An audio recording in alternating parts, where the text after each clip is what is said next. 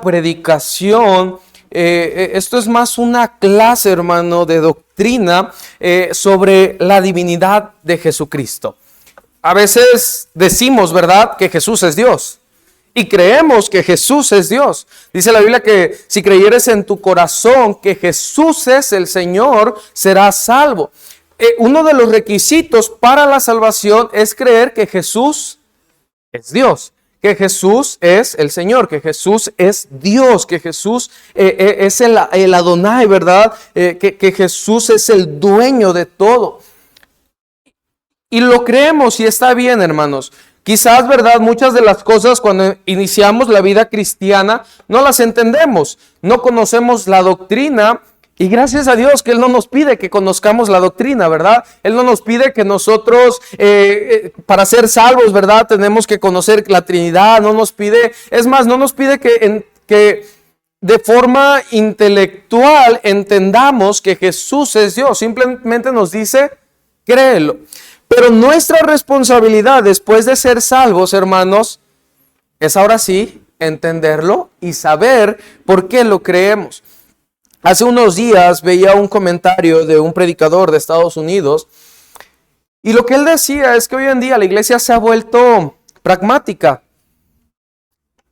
Ponía este ejemplo: invita a tu iglesia a una conferencia sobre cómo tener una buena familia, cómo tener un buen matrimonio, cómo criar buenos hijos.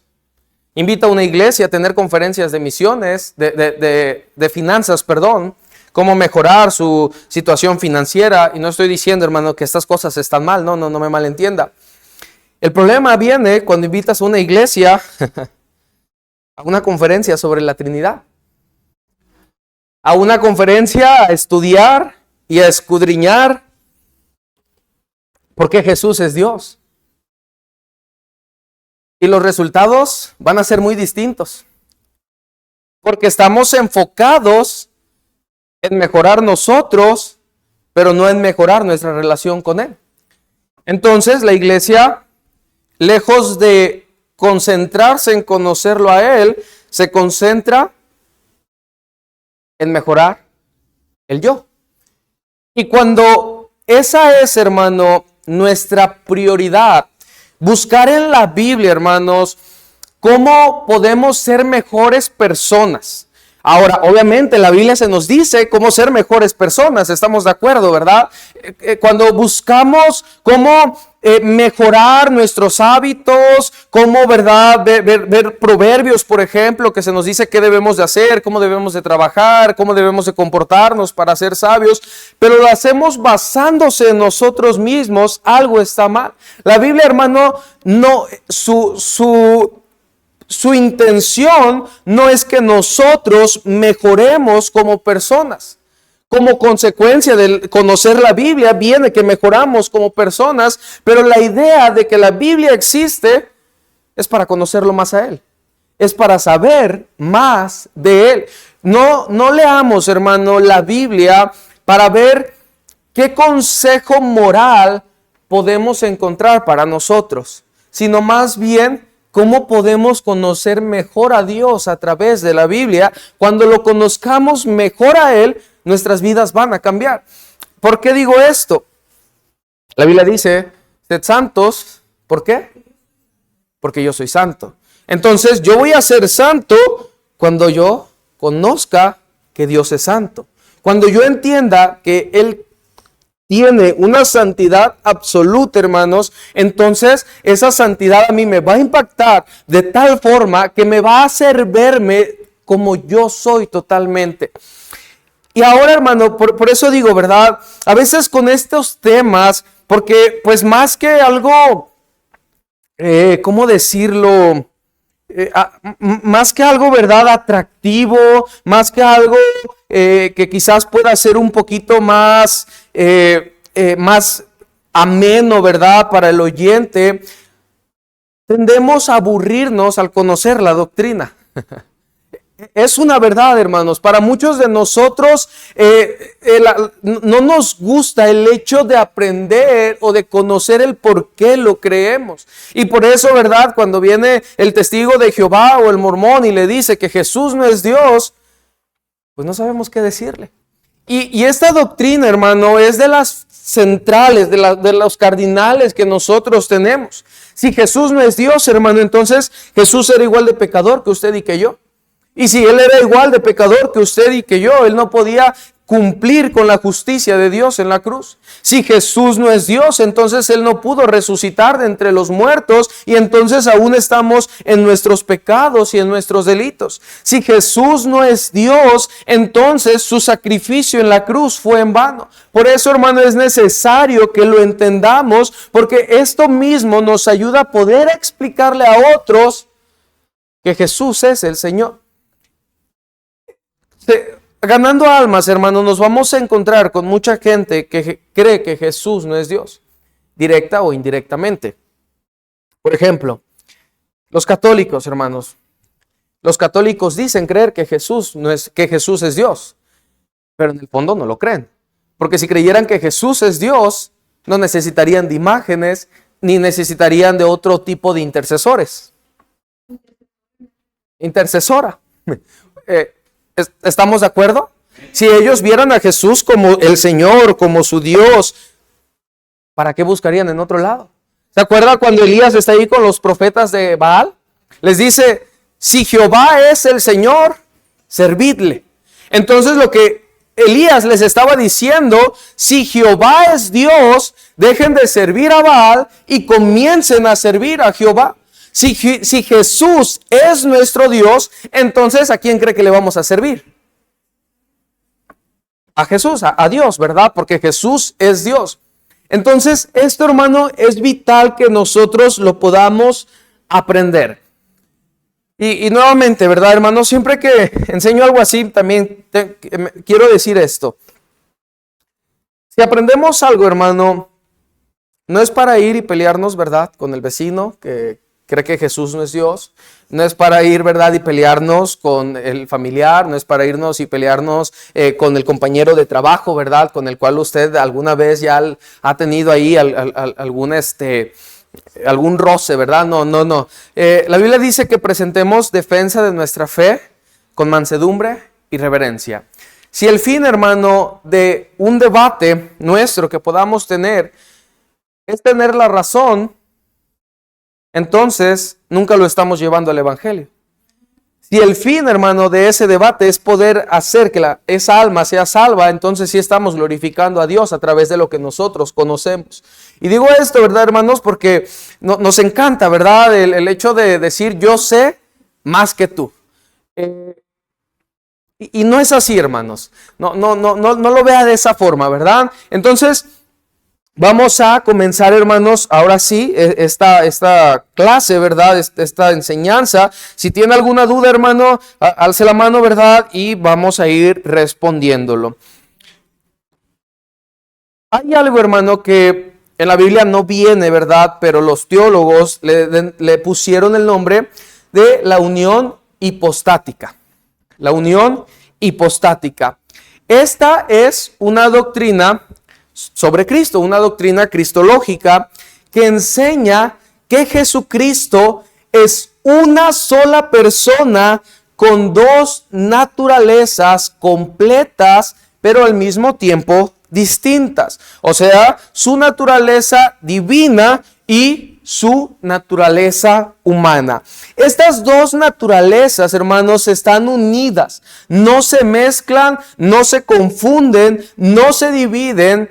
y no se separan entre sí. Ambas naturalezas están en Jesús, la naturaleza divina y la naturaleza humana. ¿Qué quiere decir esto, hermano? Que Jesús es 100% hombre, pero al mismo tiempo es 100% Dios.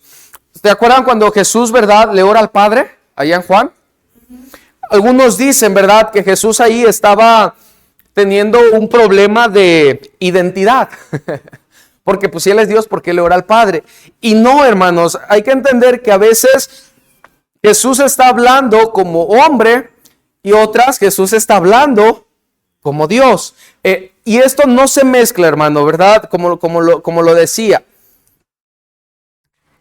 En Jesús existen dos naturalezas completas, ¿verdad? Naturaleza divina y naturaleza humana. Estas naturalezas están, hermanos, unidas en una sola persona para siempre. Y lo pudiéramos diferenciar de esta manera. La persona que quiere decir quién es. ¿Quién es? Jesús. Esa es la persona y la naturaleza es lo que es. Entonces Jesús, como persona, en su naturaleza es Dios. ¿Sí me estoy explicando, hermanos? Jesús es Dios. Ahora, entonces eso básicamente, hermano, y sencillamente es la unión hipostática. Dos naturalezas en un solo hombre. Por ejemplo, hermano, y esto, ¿verdad? Es solamente un ejemplo. ¿Cuál es la naturaleza del ser humano?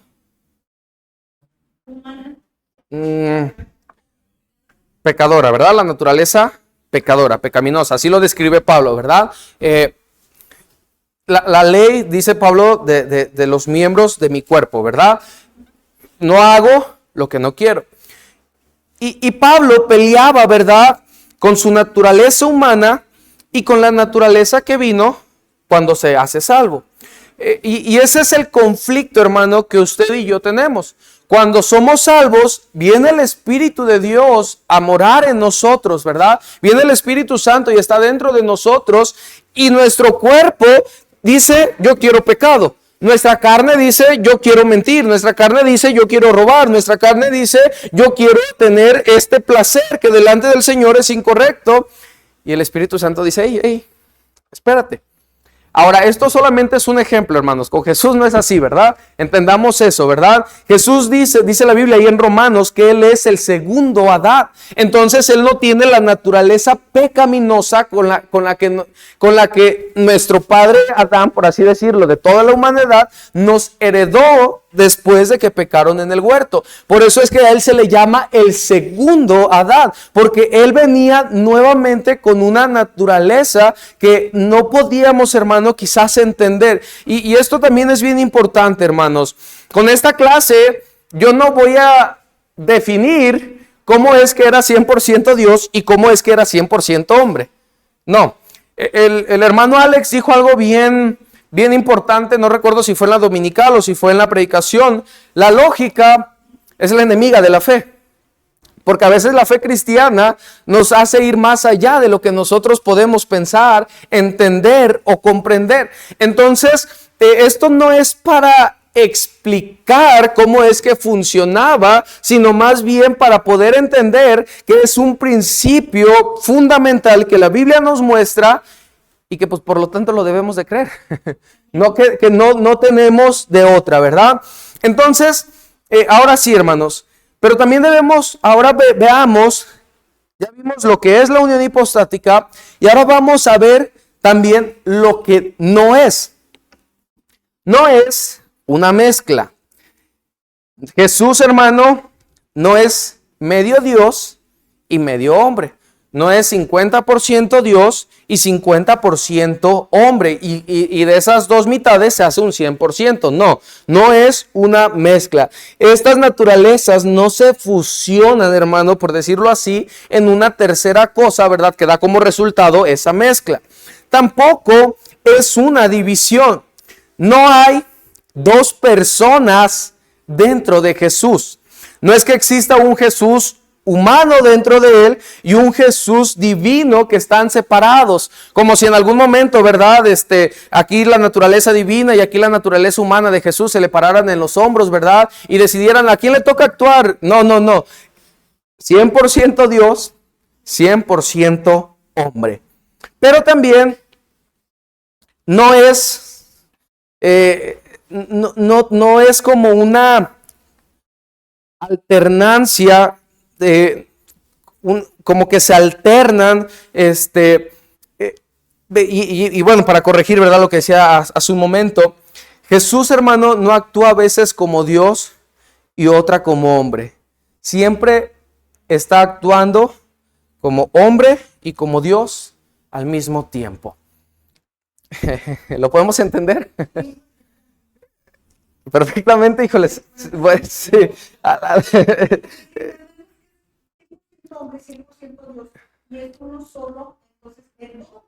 No, es 100% Dios. Me refiero al hecho de poder explicarlo más allá, hermanos. Es limitado, ¿verdad? Lo que pudiéramos decir de esto, ¿verdad? Esto, hermano, es algo que hay que entender, ¿verdad? Por ejemplo, Dios, hermanos. Dios tiene un atributo que es el amor, ¿estamos de acuerdo? Y Dios tiene un atributo, su ira. Cuando Dios manda a alguien al infierno, ¿hay amor? Sí. El mismo amor que mostró en la cruz por él está mostrándose cuando Dios manda a alguien al infierno. Porque no podemos decir que Dios en ese momento dejó de ser amor. Porque sí, entonces es algo similar a esto, ¿verdad, hermanos? Estoy tratando de explicarlo de varias formas para que nos pueda quedar lo más claro posible, ¿verdad? Y hay gente, ¿verdad?, que dice, no, es que ahí Dios no está mostrando su amor. Dios es amor y todo lo que Él hace, lo va a hacer con amor. Dios es ira y todo lo que Él hace, lo va a hacer con ira. No lo entendemos, pero así funciona, hermanos. No, o sea, Dios no puede decir, ahorita déjole de lado mi amor, porque como lo decíamos, no es que Él tenga amor, es que Él es amor, ¿verdad? Ahora sí, hermanos, vamos a entrar ya dejando claro esto sobre la unión hipostática. Vamos a entrar a los pasajes en la Biblia donde Jesús se nos muestra claramente como Dios. Jesús, hermano, tiene una preexistencia y su preexistencia nos prueba su divinidad. ¿Qué es la preexistencia? Que Él existía desde antes que todo existiera. Si Él, hermano, como algunos dicen, ¿verdad? Y sí, si Jesús tuvo un principio hablando de la divinidad, porque pues su cuerpo, ¿verdad?, físico tiene ese principio. Cuando se encarna, ¿verdad?, cuando se humana, pero su divinidad, hermanos, está con Dios desde antes de la creación. Y ahorita lo veremos. Pero si Jesús si la divinidad, ¿verdad?, si Jesús nos dijera que Él tuvo un comienzo en la creación, pues entonces, ¿qué lo haría diferente a nosotros? Absolutamente nada. ¿En qué sentido, hermanos? Como lo dije, no confundamos, ¿verdad?, del cuerpo ahorita con su divinidad, con su deidad, ¿verdad? Ahorita lo vamos a ir viendo. ¿Por qué? Porque vemos grandes hombres en la Biblia, pero todos de ellos nacieron y murieron. Pero vemos a Jesús. Existe desde antes de la creación. Se hace hombre, toma un cuerpo como hombre, muere, pero resucita al tercer día. Se eleva con el Padre, y dice la Biblia que está sentado a la diestra de Dios en las alturas. Mire lo que dice Colosenses 1:17. Y Él es antes de todas las cosas, y todas las cosas en Él subsisten. Él existía, hermano, antes de nacer. Usted y yo no. ¿Dios nos conocía?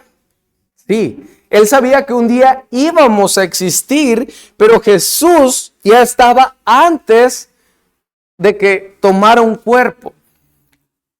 Isaías 9:6, mire cómo se le llama a Jesús. Isaías, este pasaje, hermano, es un pasaje mesiánico, ¿verdad? Que hace referencia a Jesús.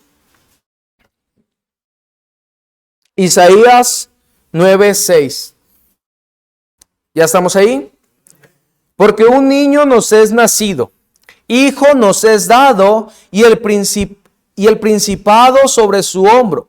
Y se llamará su nombre admirable, consejero, Dios fuerte, Padre eterno, príncipe de paz. Sería un error, hermano, darle este título a Jesús, ¿verdad? Porque se refería al Mesías, Padre eterno. ¿Mande? Sí. ¿Cómo? Si Jesús no es Dios, ¿por qué entonces, hermano, se le da cada uno de estos títulos? Padre eterno. Títulos que solamente se le atribuyen al Señor, a Jehová, al verdadero y único Dios. Juan 10, hermanos, capítulo 30.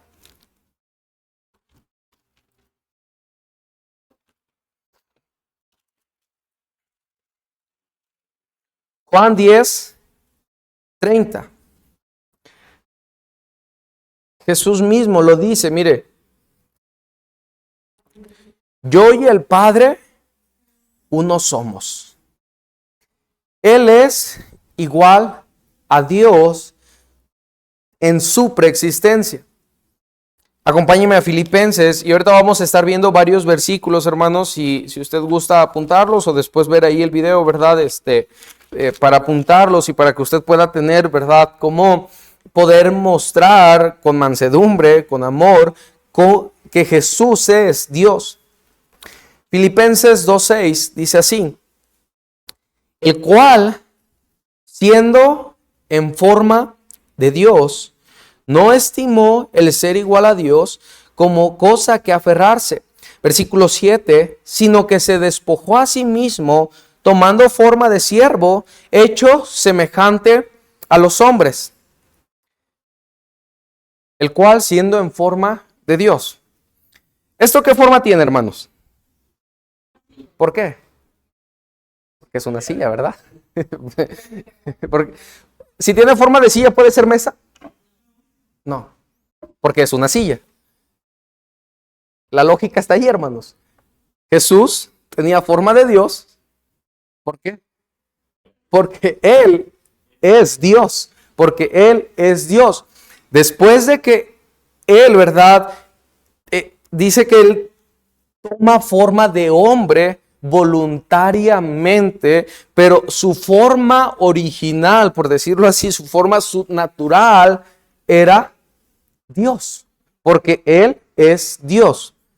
Juan 17, y mire, hermanos, el Evangelio de Juan, ¿verdad? Va a haber muchos versículos que vamos a estar viendo sobre cualquier otro libro o sobre cualquier otro de los evangelios, porque bueno, ya lo he dicho varias veces, cada uno de los diferentes escritores de los evangelios, de los evangelistas, nos ponen a Jesús desde un punto de vista diferente, y Juan es el encargado de describir a Jesús como Dios. Entonces, aquí, hermano, en el Evangelio de Juan, si usted ahora la siguiente vez que lo vaya a leer, o si usted gusta leerlo en estos días, léalo con ese pensamiento, con el mismo con el que Juan lo estaba escribiendo.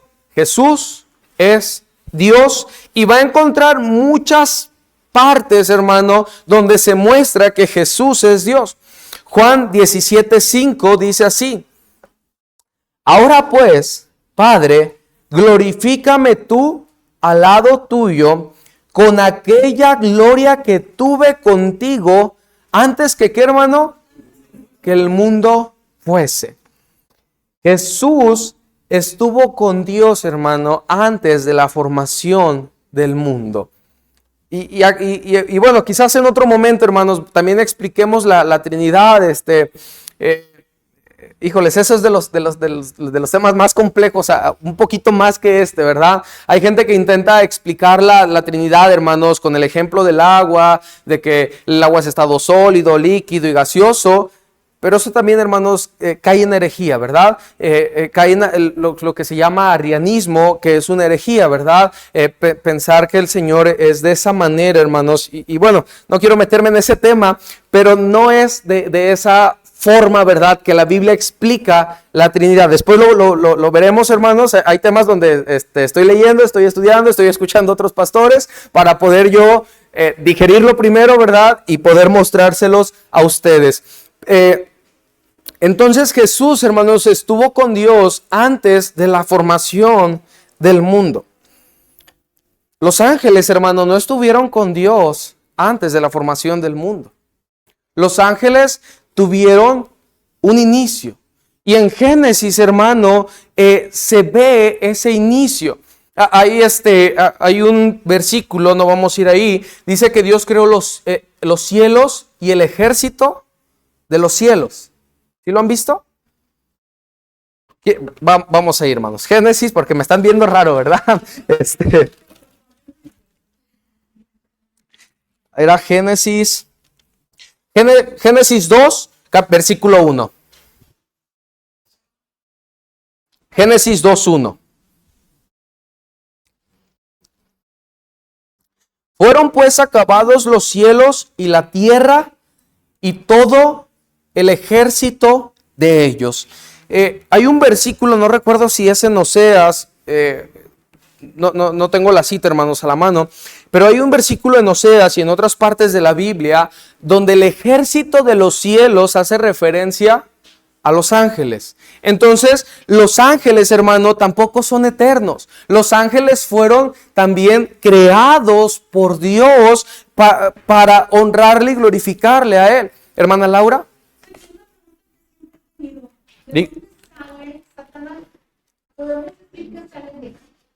Sí, creo ahí a todos por decirlo así, pues a todos los ángeles. Y de ahí es cuando sale creado de una forma más hermosa que todos. El hermano Alex también lo dijo, lo comentó en la mañana, que él era el que ocupaba uno de los rangos más altos que hay en los ángeles. Entonces, los ángeles, hermanos, tampoco estaban en la creación, no estaban antes de la creación, pero quien nos describe la Biblia que estaba antes de la creación, ¿quién es? Es Jesús. Juan 1, uno de los pasajes, hermanos, más conocidos y contundentes sobre este tema, ¿verdad? Juan, capítulo 1. Juan, capítulo 1, versículo 1 y 2. En el principio era el Verbo, y el Verbo era con Dios, y el Verbo era Dios. Este era en el principio con Dios. Después nos dice, ¿verdad? El versículo 14. Y aquel Verbo que fue hecho carne y habitó entre nosotros. Y vimos su gloria. Gloria como del unigénito del Padre, lleno de gracia y de verdad.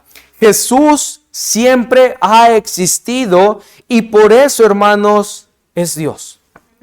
Todo lo que tiene un principio y un final, no podemos decirle que es Dios. ¿Hermano? Sí, aquí no menciona lo que les decía hace unos momentos. Dígame. En Génesis 26.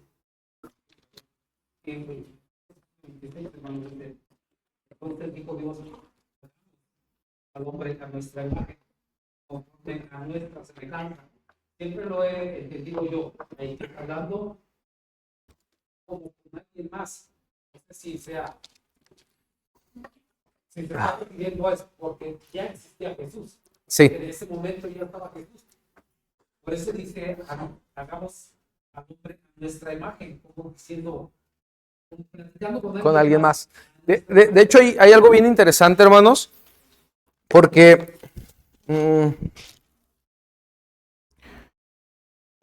por ejemplo, en el hebreo, Para nosotros, ¿cuánto es plural? Más de 2. Singular es 1. Con 2 ya decimos nosotros, ¿verdad? Con 1 decimos él o yo. Pero ya con 2 decimos ellos, nosotros, ustedes, a partir de 2. Sí, ¿verdad? ¿Estamos de acuerdo? Y esto tiene que ver con la Trinidad. En el hebreo, hermano, el plural es de 3 en adelante. Desde ahí vemos la Trinidad en la Biblia, hermano. Y porque dice a nuestra. A nuestra. Sí. Yo siempre tenía esa duda hasta ahorita que está hablando de esta porque de ahí viene. De ahí viene. Sí. Y de ahí viene porque pues dice hagamos y se habla en plural. No es que Dios haya quedado sin quien hablar, ¿verdad? O que Él estuviera... Cecia, de repente, ¿verdad? Yo hablo solo, hermanos, a veces, digo, tengo que hacer esto, esto y esto, y voy a hacer primero esto, y me pongo a hablar así, hermanos, sobre lo que tengo que hacer. y Cecia, ¿verdad? La vez pasada se me quedó viendo, me dijo, ¿me estás diciendo amigo? Le dije, no, estoy hablando solo. No es que Dios estuviese hablando solo, es que la Trinidad ya estaba presente. Por eso dijo, vamos a verlo, hermanos, Génesis rápidamente, versículo 1. En el principio, creo quién, hermanos, Dios. Vemos, por decirlo así, la primera persona de la Trinidad, los cielos y la tierra. Y la tierra estaba desordenada y vacía, y las tinieblas estaban sobre la faz del abismo. ¿Y quién, hermano? El Espíritu de Dios se movía sobre la faz de las aguas. Vemos ahora la tercera persona de la Trinidad. Y dice el versículo 3 ¿qué? Y dijo Dios, sea la luz, y fue la luz. Es el verbo, la palabra de Dios. Hebreos 1 dice que por medio de Él fueron creadas todas las cosas y todas las cosas por Él subsisten. ¿Qué fue el medio que Dios usó, hermano, para crear la creación? ¿Sus manos? La voz.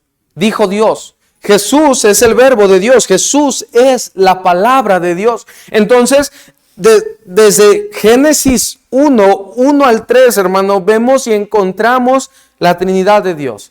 Dios, Padre, el Verbo y el Espíritu de Dios. Entonces, lo que decía usted, hermano Sergio, es importante porque sí, la Trinidad ya estaba porque pues, las tres personas de la Trinidad son Dios.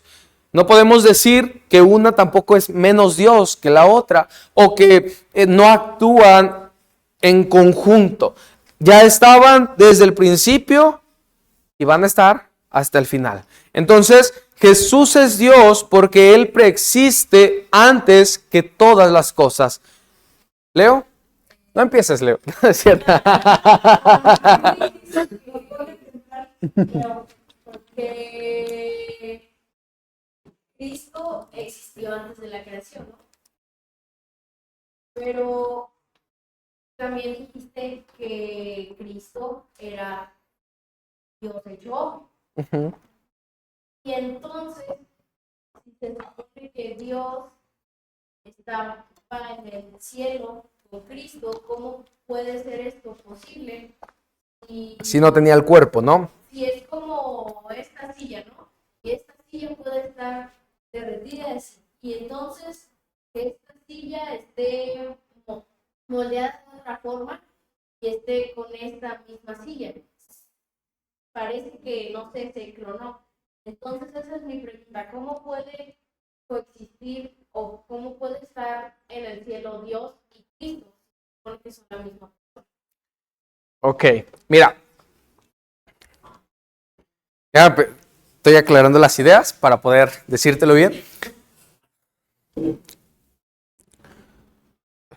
No podemos pensar de Dios como lo pensamos de nosotros. Yo no puedo entender, si te lo pregunto a ti, ¿verdad? Para que vayamos aterrizando, ¿cómo es que Dios está en todos lados? Porque tú y yo estamos aquí. No podemos estar en la garita al mismo tiempo escuchando la enseñanza, ¿verdad? No podemos estar con el pastor Celestino. Estamos aquí. ¿Por qué? Porque nuestro plano es terrenal. Tú y yo estamos en un plano terrenal y ese era un plano espiritual. ¿Te acuerdas lo que decía de la Trinidad? ¿Cómo funciona? Híjoles, ¿cómo es que estaban? Es imposible explicarlo porque la Biblia no lo revela con la misma claridad como lo hace con otras cosas. Simplemente, ¿verdad? Lo que decía el hermano Sergio, dice que hagamos. Estaba teniendo un diálogo con los demás, pero al mismo tiempo son una persona. ¿Lo entendemos? No. La Trinidad es una de las doctrinas, pues sí, de los misterios doctrinales más complejos que puede haber. Quien intenta explicarla va a caer en herejía. Podemos hablar lo que la Biblia nos muestra y nada más. Si yo te dijera, no, pues es que se sentaron en una silla y aquí estaba Jesús y aquí estaba el Espíritu Santo y aquí estaba el Padre, ¿verdad? Y estaban cruzados de piernas, hablando, ¿verdad? Te mentiría. ¿Por qué? Porque es otra, por decirlo así, y pudiéramos decirlo así, es otra dimensión. Si lo entendiéramos nosotros, nuestro cerebro se achicharra. Tú y yo, Leo, somos finitos. Tenemos un principio, tenemos un final. Tenemos un límite de fuerza, tenemos un límite de aprendizaje, tenemos un límite de visión, tenemos un límite para todas las cosas. Pero el Señor es infinito en todo lo que Él es. Entonces, una mente finita no puede entender algo que es infinito completamente. Por eso decía, la razón a veces es enemiga de la fe. Entonces, Jesús en ese tiempo todavía Él no había tomado el cuerpo de hombre. Lo que hace, Leo, Jesús, es que su divinidad se mete en un cuerpo como el tuyo y el mío. Cuando va a la cruz, Él muere. Él resucita, pero ahora Él está en el cielo con el mismo cuerpo con el que estuvo en la tierra. Dice la Biblia, Leo, que tú y yo vamos a poder diferenciarle porque vamos a ver sus heridas, porque vamos a ver su costado traspasado, los clavos que lo traspasaron. Porque ahora Él voluntariamente decide seguir con ese cuerpo, pero ahora en todo su esplendor. Hay un pasaje, Leo, también en la Biblia, ¿verdad? Y quiero, me voy a detener un poquito aquí más, hermanos, ¿verdad? Donde Él se le transfigura a Felipe, a Pedro, sí, ¿verdad? Y el tercer, ¿a quién? Juan, ¿sí? Sí, no, sí, se les transfigura, se les muestra tal y cual es. Es más, mira, para que me entiendas un poquito más, vamos a Apocalipsis 1, hermanos, Apocalipsis 1. Aquí ya es el Jesús glorificado, en Apocalipsis 1.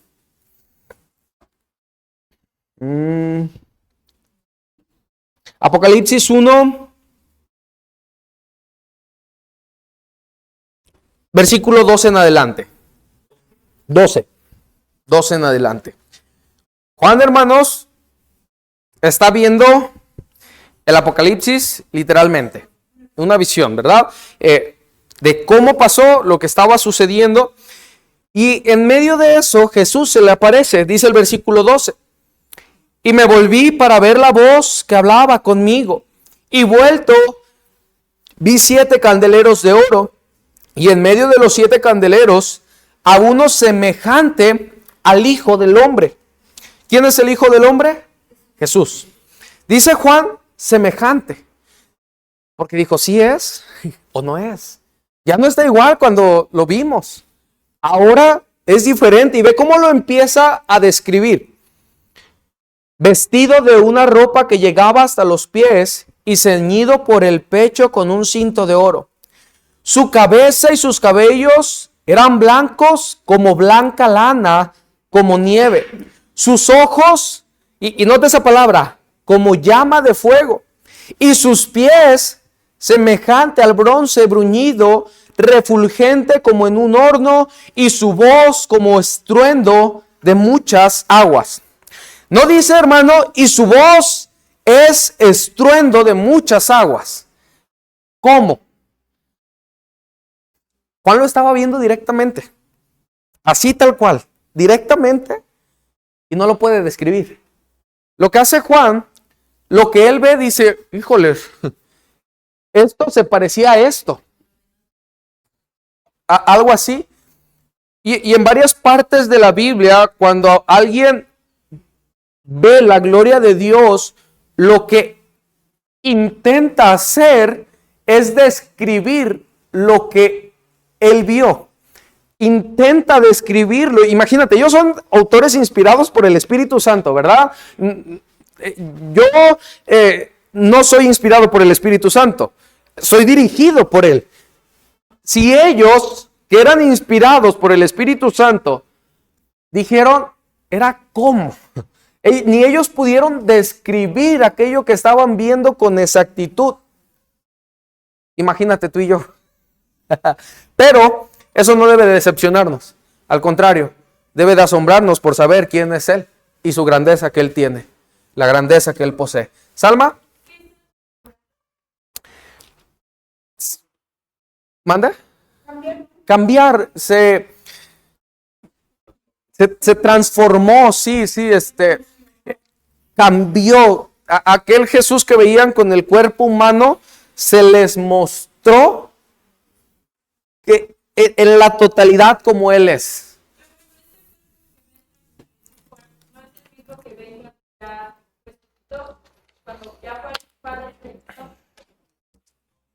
No, ve aquel Jesús ya en el Apocalipsis.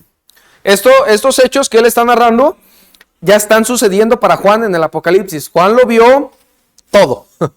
Juan vio lo que iba a pasar, lo que iba a suceder, cómo iban a ser los sucesos. Entonces ya está viendo a ese Jesús glorificado, al que todo, dice la Biblia, todo ojo le verá. Y que ya no vendrá como lo hizo aquella vez humildemente, sino que ahora vendrá con todo su poder, con todo su esplendor y con la gloria que Él tiene, que Él posee. El Salmo 24, hermanos, el Salmo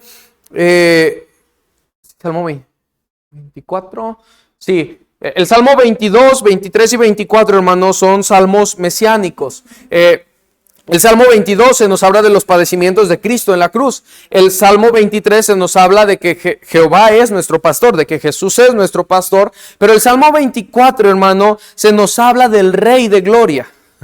Preguntan, ¿quién es este Rey de Gloria? Los ángeles, es Jesús. Imagínate eso. Un rey no tiene gloria por lo que puede poseer, por los alcances que tiene, por las ciudades que puede conquistar, por el poder militar que tiene, por la economía que tiene, pero él no posee gloria. Él es el Rey de la gloria. Entonces, es así como nosotros le vamos a ver cuando Él regrese. Por eso le digo, hermanos, es algo, híjoles, imaginarlo, sí, vamos a estar una eternidad y vamos a ver su gloria, y su gloria va a ser suficiente por toda la eternidad para deleitarnos, imagínate. Su gloria va a ser suficiente para nosotros estar cantándole, para nosotros estar orándole, para nosotros estar adorándole, por toda una eternidad. No sé cómo más ya decirlo, ¿verdad? Pero bueno, hermanos, por eso era lo que le decía a Leo. No lo entendemos, pero podemos gozarnos por quién es Él. Podemos regocijarnos porque Él es grande, porque Él es fuerte y porque no es un Dios como usted y yo lo somos. No es un Dios con limitaciones, no es un Dios con un potencial limitado, no es un Dios con un poder limitado, no es un Dios con una presencia limitada, no es un Dios con un conocimiento limitado, es un Dios que es completamente infinito, alto, poderoso, sublime, que nuestra mente no puede comprenderlo. Continuamos, hermano, ahora sí. Vimos su preexistencia y que eso es una prueba de su divinidad. Pero ahora Jesús también, hermano, es llamado Dios en la Biblia. Juan, hermano, nos dice, ¿verdad? Los versículos que leíamos allá en Juan, que el verbo era Dios hecho carne. El versículo 14, y aquel verbo habitó entre nosotros, ¿verdad? Aquel verbo se hizo carne. En Juan 1, hermano, regresemos ahí, porque hay tres cosas que vemos en esos versículos. Juan capítulo 1.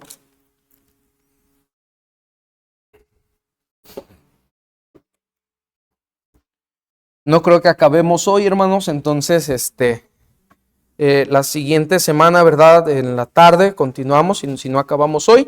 Juan capítulo 1, versículo 1. En el principio era el verbo, y el verbo era con Dios, y el verbo era Dios.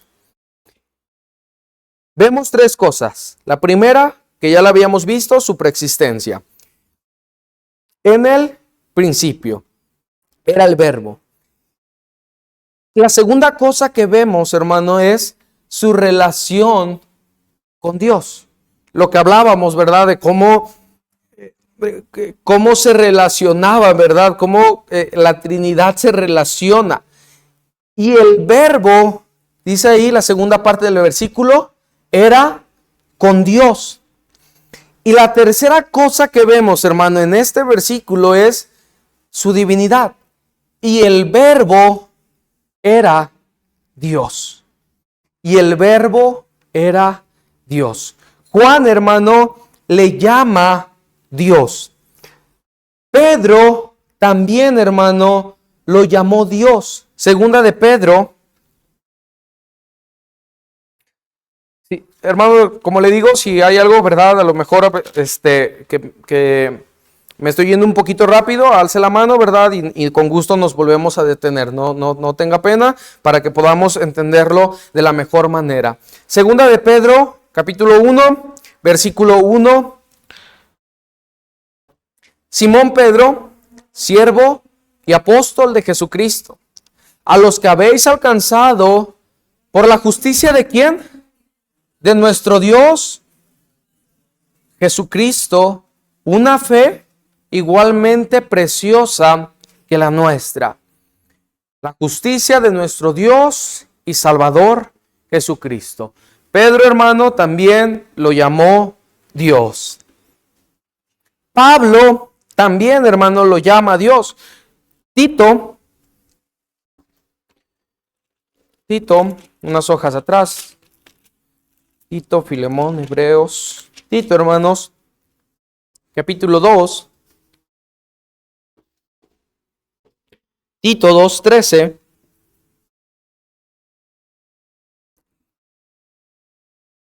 Tito 2:13. Aguardando la esperanza bienaventurada y la manifestación gloriosa de nuestro ¿qué? Gran Dios y Salvador Jesucristo. Pablo, hermano, lo llama Dios. Romanos 9:5.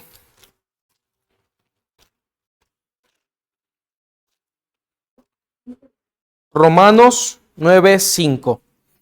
¿Estamos ahí? Romanos 9:5. De quienes son los patriarcas y de los cuales, según la carne, vino Cristo, el cual es Dios sobre todas las cosas, bendito por los siglos. Amén.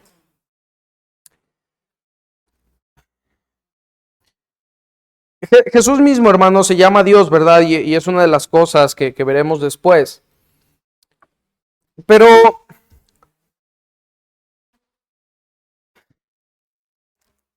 algo, ¿verdad, hermanos?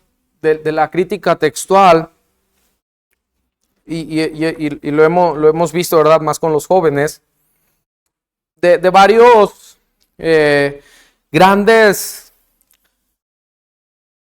figuras, ¿verdad? Que conocemos, sus escritos, sus biografías, no son tan tempranas a los escritos de la Biblia.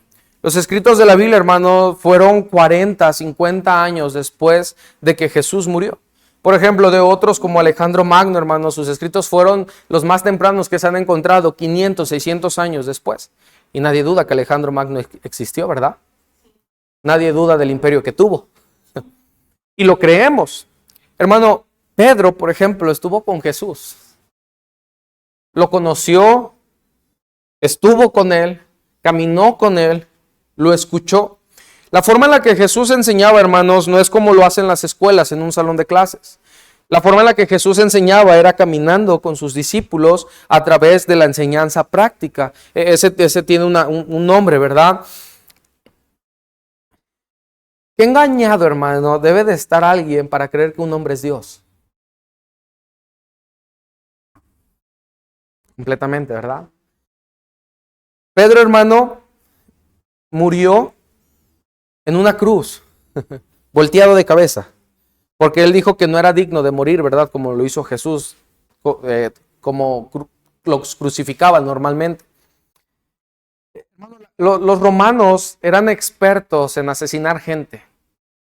Eran expertos en matarlos lentamente, torturar y lo más doloroso. A Jesús, hermano, el castigo no fue solamente físico. Cuando lo estaban injuriando, ¿verdad? También querían destruir su moral. O sea, no solamente te destruían el físico, te destruían tus emociones, te destruían tu intelecto, te exhibían ante todo el pueblo. Era algo, hermano, cruel. Y morir diciendo que Jesús es Dios, como que algo no cuadra, ¿verdad? Hermano, vemos a Saulo, un perseguidor de la iglesia, lleno de todo lo que un hombre pudiera anhelar. Influencia política, influencia religiosa, influencia social, inteligencia, ¿mande? Económicamente bien, tenía títulos, graduado con el mejor maestro que podía existir, Gamaliel, hermano. ¿Se acuerdan cuando Jesús le dicen rabí, que significa maestro? Después de rabí había un título todavía superior a un gran maestro. Ese título, hermano, Gamaliel lo tenía. Y morir por defender que Jesús es Dios, abandonar y ser capaz de dejar todo aquello.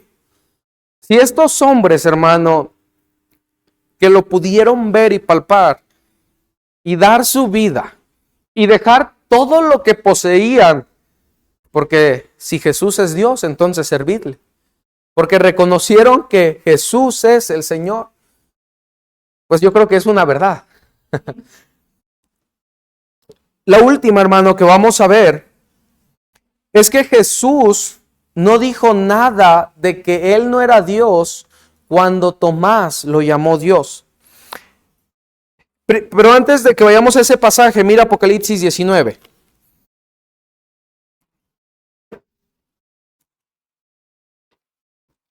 Apocalipsis capítulo 19.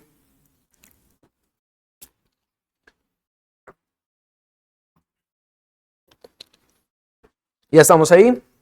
Versículo del 9 al 10. ¿Y el quién, hermanos? Y el ángel me dijo, escribe. No está hablando Jesús, no está hablando el Padre, no está hablando el Espíritu Santo. Está escribiendo, quien está hablando es un ángel, dándole indicaciones a Juan. Escribe, bienaventurados los que son llamados a la cena de las bodas del Cordero. Y me dijo, estas son las palabras verdaderas de Dios. Yo me postré a sus pies para adorarle. Aquí, hermanos, ya cambió. ¿Quién está hablando ahora? Yo me postré. Juan. ¿A sus pies para qué? Para adorarle. Y él me dijo, mira, no lo hagas. Yo soy consiervo tuyo y de tus hermanos que retienen el testimonio de Jesús. Adora a Dios, porque el testimonio de Jesús, Él es el espíritu de la profecía. Un ángel, hermano, rechaza la adoración que Juan le estaba haciendo, y lo que le dice el ángel, ¿verdad? Adora a Dios. Páginas adelante, capítulo 22, versículo 8 y 9.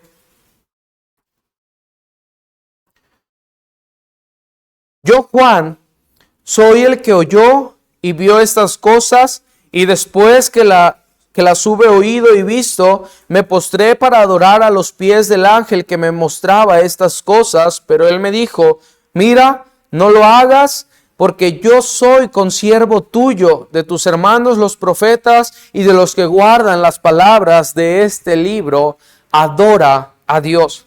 Juan vuelve a recalcar, hermano, en su escrito esta parte. Intenté adorar un ángel. Y los ángeles, hermanos, ¿verdad? Deben de ser algo hermoso, ¿no? Pero aún así, por ejemplo, dice Isaías capítulo 7 o 6, que cuando él ve esa visión del Señor, ¿verdad? En su trono, dice que los ángeles tenían 6 alas. Con 2 cubrían su rostro, con 2 volaban y con 2 cubrían sus pies. ¿Se acuerda Moisés cuando sube y que Dios le dice, quítate las sandalias porque el lugar donde estás es santo? ¿Por qué cree que se cubrían los pies los ángeles? Porque el lugar donde estaban era santo. Si un ángel, hermano, rechaza la adoración, ¿por qué Jesús decide aceptarla? Porque Él es Dios. Ahora sí, con esto en mente de que el ángel rechaza la adoración, y yo creo que, hermanos, si a cualquiera de nosotros se nos aparece un ángel, ¿verdad? Híjoles, por eso la Biblia advierte ahí en Gálatas, aun si un ángel os anunciara otro evangelio, no le creas, ¿verdad? Por lo impactante que puede llegar a ser. Juan 20, y estamos concluyendo, hermanos, solamente leemos después de esta cita otras 2 y terminamos. Juan 20.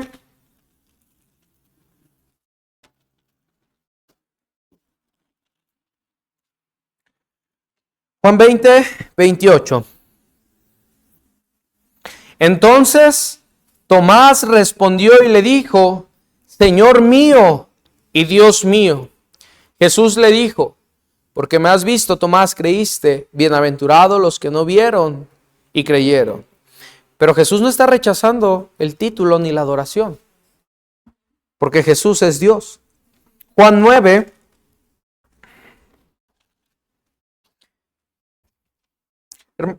Juan 9, 35 al 39 dice así.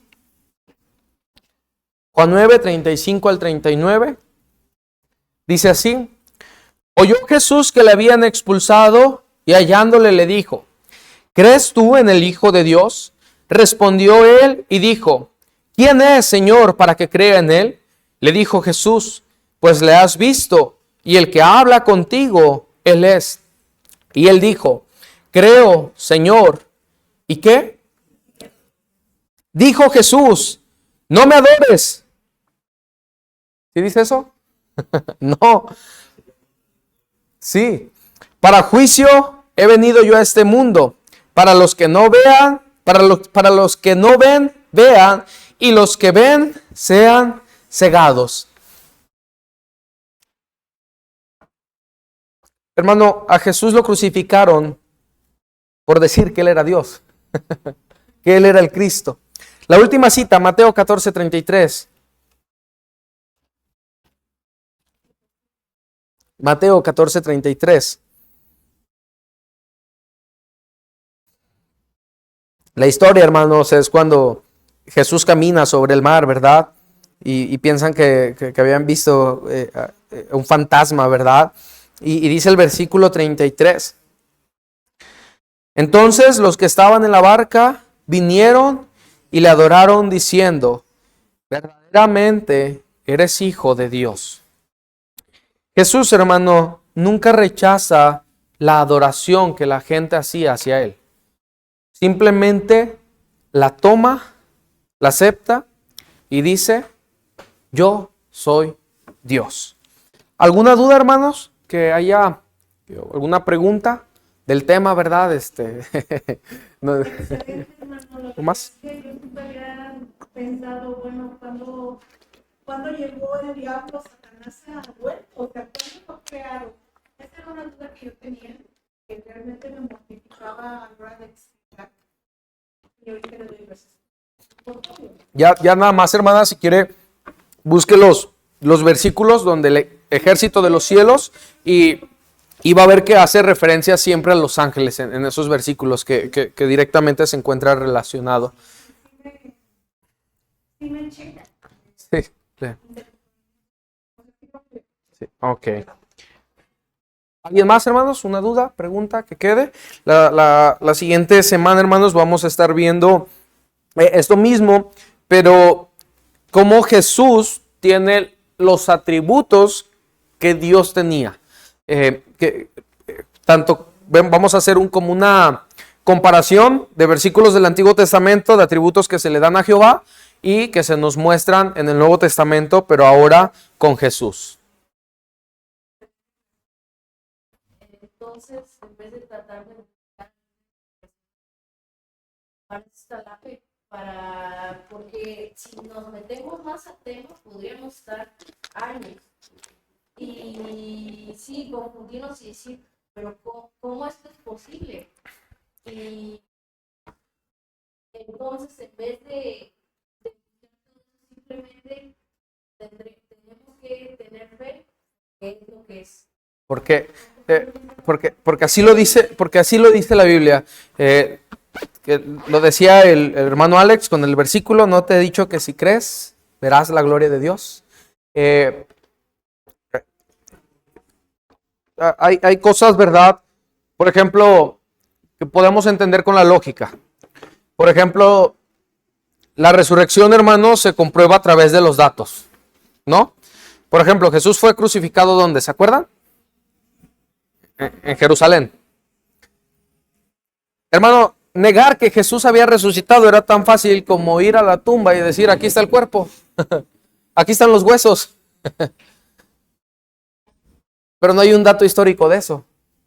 Digo, porque en ese momento el gobierno de Roma, así como por lo que estaba causando el cristianismo, esa relevancia después de la crucifixión, como lo vemos ahí en Hechos, que el evangelio se estaba expandiendo y que los romanos tuvieron miedo, era bien fácil decir: ahí está, ahí están los huesos. Hay cosas donde nuestra razón entra y hay otras donde solamente la fe nos va a sostener. Por eso es que a veces el mundo dice,